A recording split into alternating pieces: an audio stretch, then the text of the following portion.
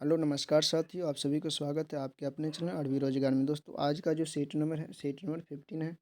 ठीक है, set number 15 हम लोग करने जा रहे हैं। जो सीडीपी का 30 क्वेश्चन रहेगा, सीडीपी का 30 क्वेश्चन रहेगा और 21 दिसंबर 2021 को में पूछा गया है। ठीक है, अगर इसमें से अच्छे से अगर कर लेते पूरा से, जितने भी प्रीवियस ईयर है पूरा कर लेते तो इसमें से 20 से 25 क्वेश्चन जो है आप आराम से आ जाएगा। यानी 25 क्वेश्चन, 25 प्लस ही क्वेश्चन जो आराम से आप लोगों को टकरा जाएगा, यानी बन जाएगा। ठीक है, इसलिए चलिए आप लोगों को ज़्यादा समय नहीं देते, क्वेश्चन की ओर बढ़ते हैं।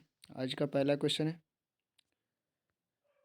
है जो निम्न में से अध्यापक द्वारा अपनाई गई कौन सी तकनीक रचनात्मक शिक्षण अधिगम प्रक्रिया में हानिकारक है। यानी नेगेटिव यहाँ पर पूछा गया, यानी जो हानिकारक होगा उसको ढूंढना। ठीक है, पहला दिया गया कि अच्छा प्रदर्शन न करने वाले बच्चों को प्रेरित करने के लिए काले स्टार देना। दूसरा दिया गया कि अधिगम के आकलन हेतु विविध तरीके अपनाना। और तीसरा दिया गया कि विद्यार्थियों के सामाजिक संदर्भ के प्रति संवेदनशील और विचारशील होना। और डी में दिया गया है कि यानी चौथा में दिया गया विद्यार्थियों को कार्य सौंपते हुए उनकी अधिगम गति का ध्यान रखना। तो पहला नंबर क्वेश्चन का आंसर हो जाएगा ऑप्शन चौथा। ये ऑप्शन कौन सा हो जाएगा? ऑप्शन चौथा, शिक्षण अधिगम प्रक्रिया का हानिकारक है। ठीक है, कौन सा क्या है? ये हानिकारक है। ठीक है, इस क्वेश्चन का आंसर क्या हो जाएगा? ऑप्शन चौथा सही हो जाएगा। इसके बाद दूसरा में दिया गया है कि क्या कक्षा अंतर्ज्ञान कह रहा है कि क्या कक्षा में अंतर्ज्ञान चिंतन को प्रोत्साहित किया जाना चाहिए। तो इस क्वेश्चन का आंसर कौन सा हो जाएगा? तो दूसरा नंबर क्वेश्चन का आंसर हो जाएगा पहला, यानी हाँ बच्चों में, हाँ बच्चों का जो है अंतर्ज्ञान और अनुमान उनके ज्ञानात्मक चिंतन को विकसित करने में सहायता करता है। उसके बाद तीसरा में दिया गया है कि विद्यार्थियों के सार्थक शिक्षण के लिए उत्साहित करने के लिए उन्हें उद्देश्य रूप में क्या के स्थान पर क्या करना चाहिए। अधिगम के स्थान पर क्या करना चाहिए? अधिगम के स्थान पर उपलब्धि, या उपलब्धि के स्थान पर अधिगम, या असफलता की स्वीकृति और असफलता की स्वीकारना और असफलता की अस्वीकृति को स्वीकारना। तो तीसरा नंबर क्वेश्चन का आंसर कौन सा हो जाएगा? तो तीसरा नंबर क्वेश्चन का आंसर हो जाएगा ऑप्शन दूसरा सही हो जाएगा। ये दूसरा, उपलब्धि के स्थान पर अधिगम। ठीक है, ऑप्शन दूसरा सही हो जाएगा। इसके बाद अगला क्वेश्चन चौथा में दिया गया कि अधिगम व्यक्तिगत और पर्यावरणीय कारकों से महत्वपूर्ण रूप से प्रभावित होता है। इस संदर्भ में निम्नलिखित में से कौन सा जो है कथन सही है? रुचि और समुदाय दोनों पर्यावरणीय कारक हैं। दूसरा दिया गया कि धर्म और अवधान दोनों व्यक्तिगत कारक है। तीसरा दिया गया कि उम्र और विद्यालय दोनों पर्यावरणीय कारक हैं। और चौथा दिया गया कि अभिरुचि और अभिवृत्ति दोनों व्यक्तिगत कारक हैं। तो चौथा नंबर क्वेश्चन का आंसर हो जाएगा ऑप्शन पहला सही हो जाएगा। इसके बाद पाँचवा में दिया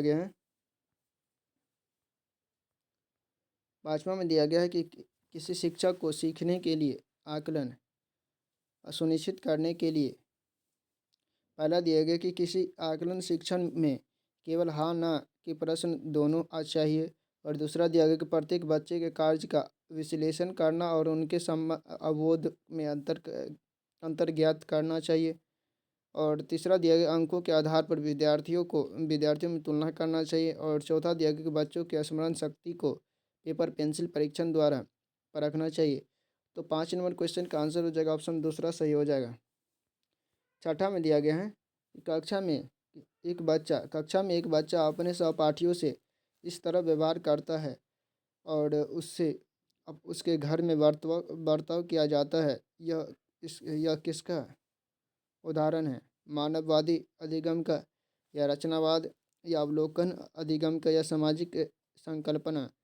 तो छठा नंबर क्वेश्चन का आंसर हो जाएगा ऑप्शन तीसरा, अवलोकन। जैसा अवलोकन कर रहा है वैसा सीख रहा है।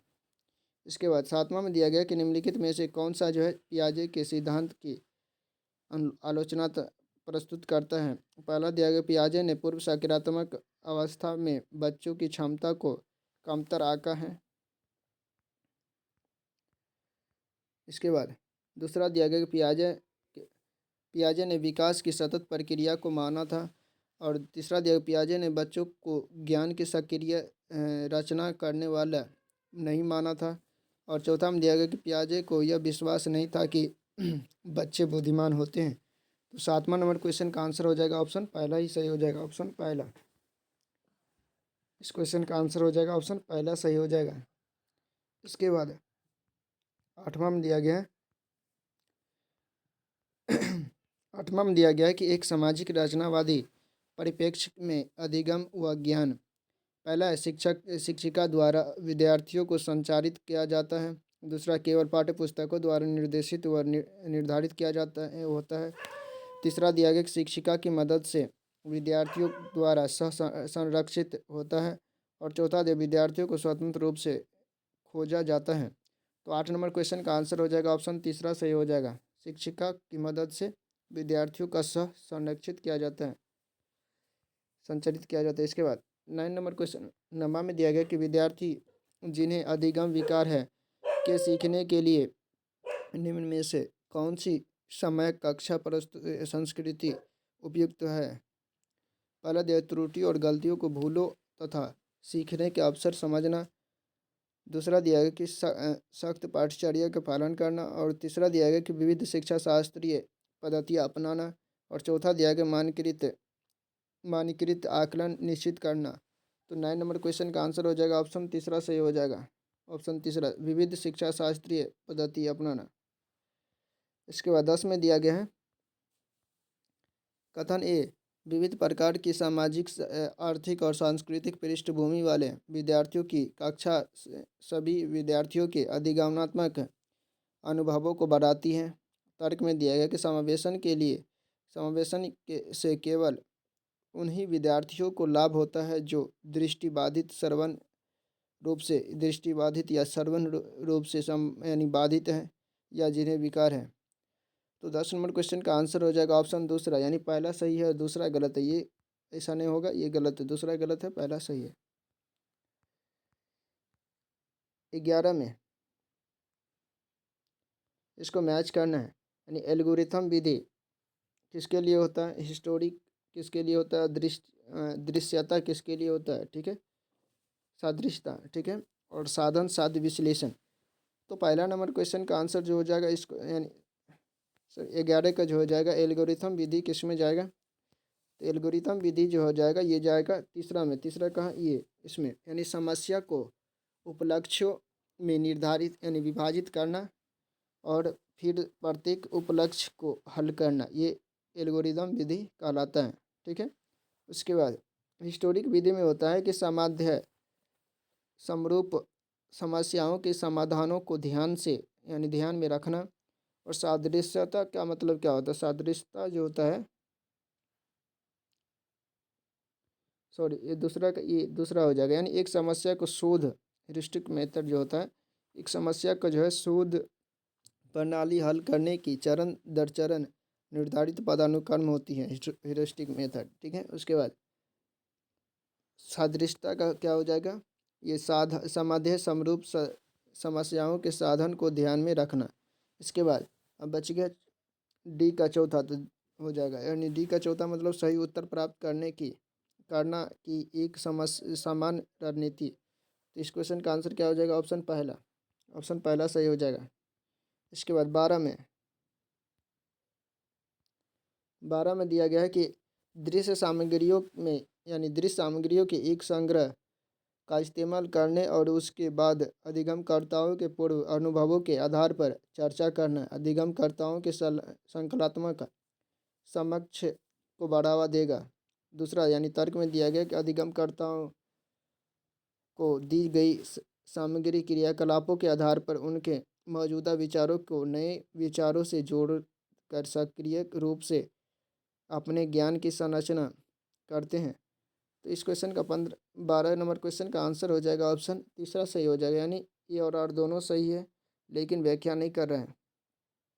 इसके बाद 13 में दिया गया है कि लेवैत्स्की के अनुसार नए ज्ञान की संरचना किस क्षेत्र में होती है, उस क्षेत्र के बीच में नए ज्ञान की जो रचना जो है किस क्षेत्र में होती है, और उस क्षेत्र के बीच में पहला जो है जो कि बच्चा जानता है और उसमें जानने के सामर्थ्य हैं। दूसरा जो है जो कि बच्चा जानता है और जो उसकी पहुँच से यानी पहुँच के बहुत बाहर है।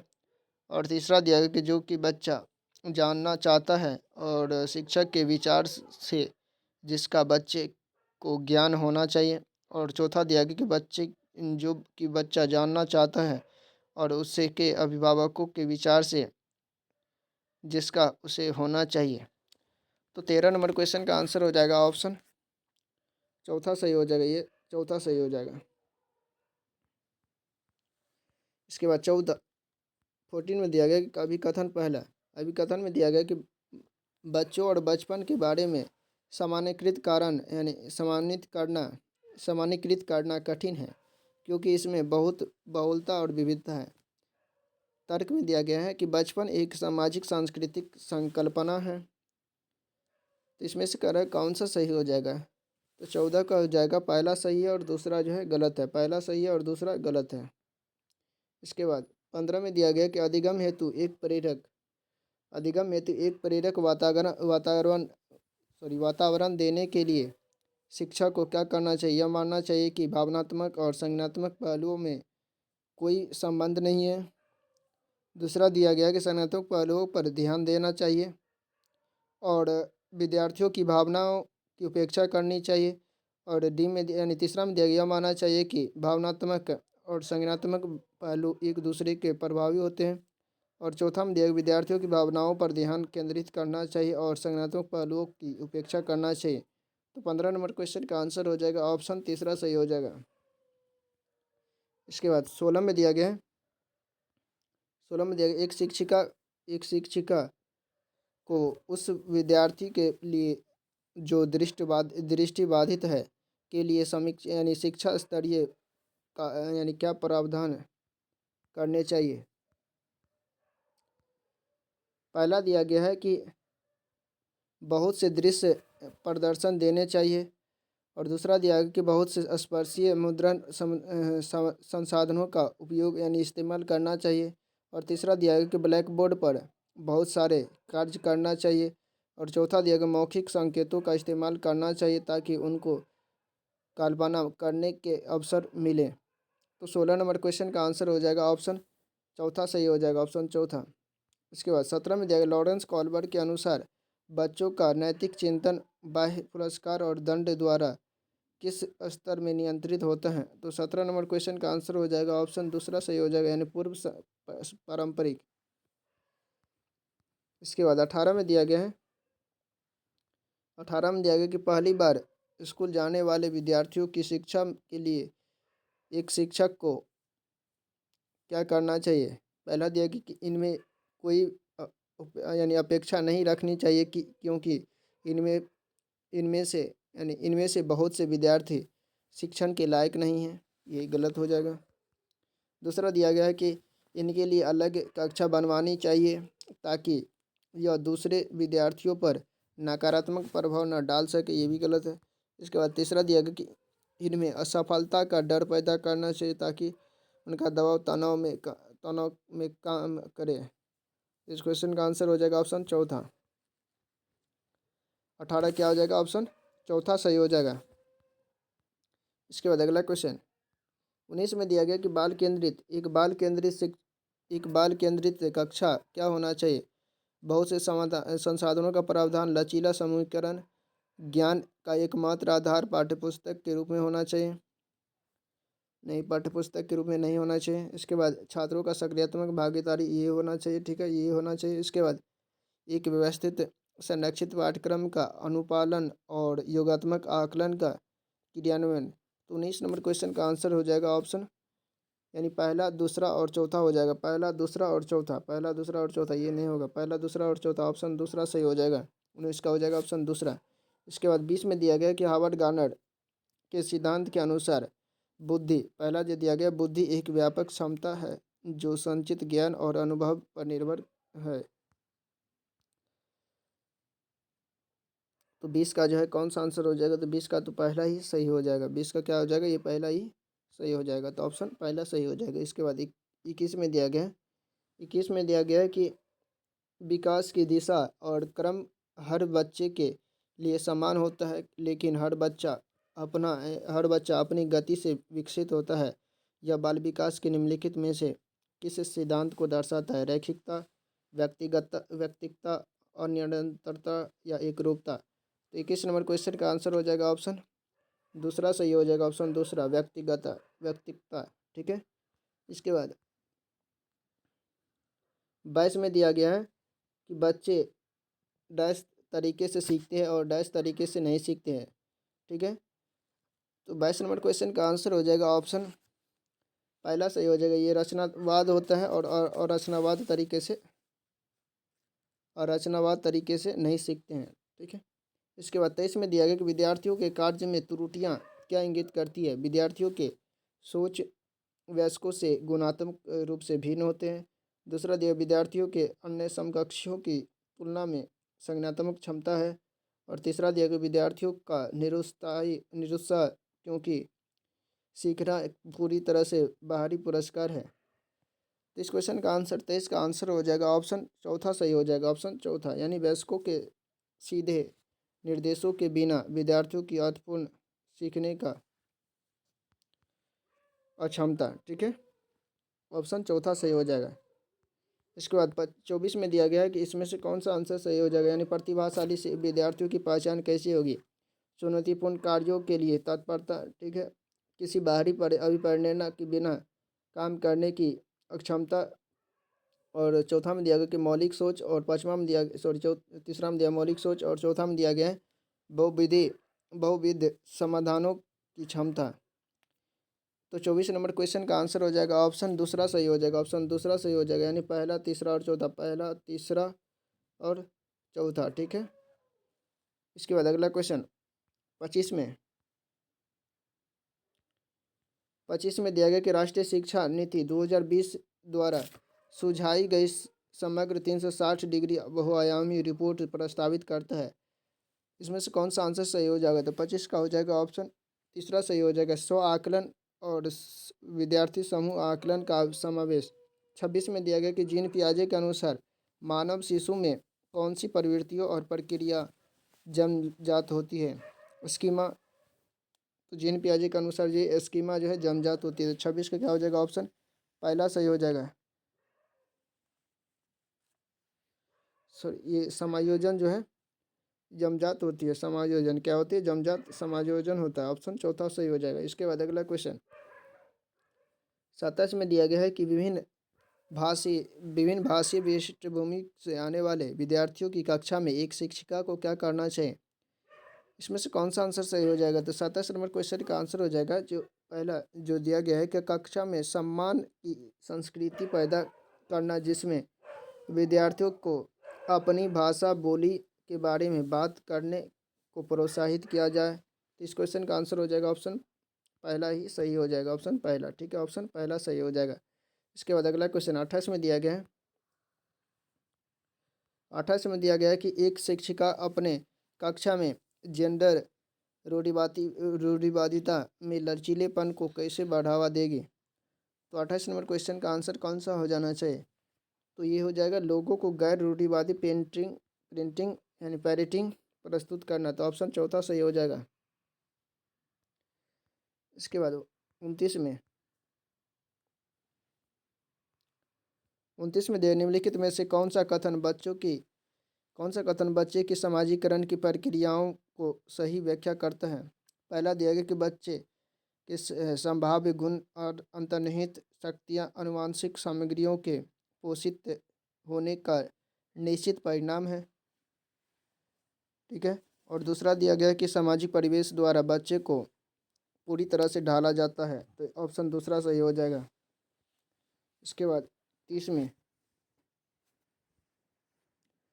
में दिया गया कि जीन पियाजे के अनुसार 30 में दिया गया जीन पियाजे के सोपान क्रमिक विकास सिद्धांत का सही क्रम कौन सा है?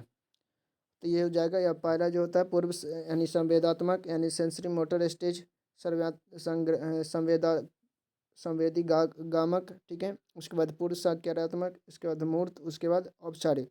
तो पहला आंसर सही हो जाएगा। ठीक है। चलिए दोस्तों 30 क्वेश्चन हो चुका है। 30 में से किसको कितना सही हुआ कमेंट में ज़रूर बताएंगे और पूरा क्लास कर लेते हैं। तो 25 प्लस क्वेश्चन जो होता है एग्जाम में बन जाएगा। ठीक है, चलिए दोस्तों क्लास को यहीं पर एंड करते हैं। पिछले क्लास का वीडियो नहीं देखे तो वो भी जाकर देख सकते हैं, अपनी तैयारी को बेहतर कर सकते हैं। थैंक यू, जय हिंद, जय भारत।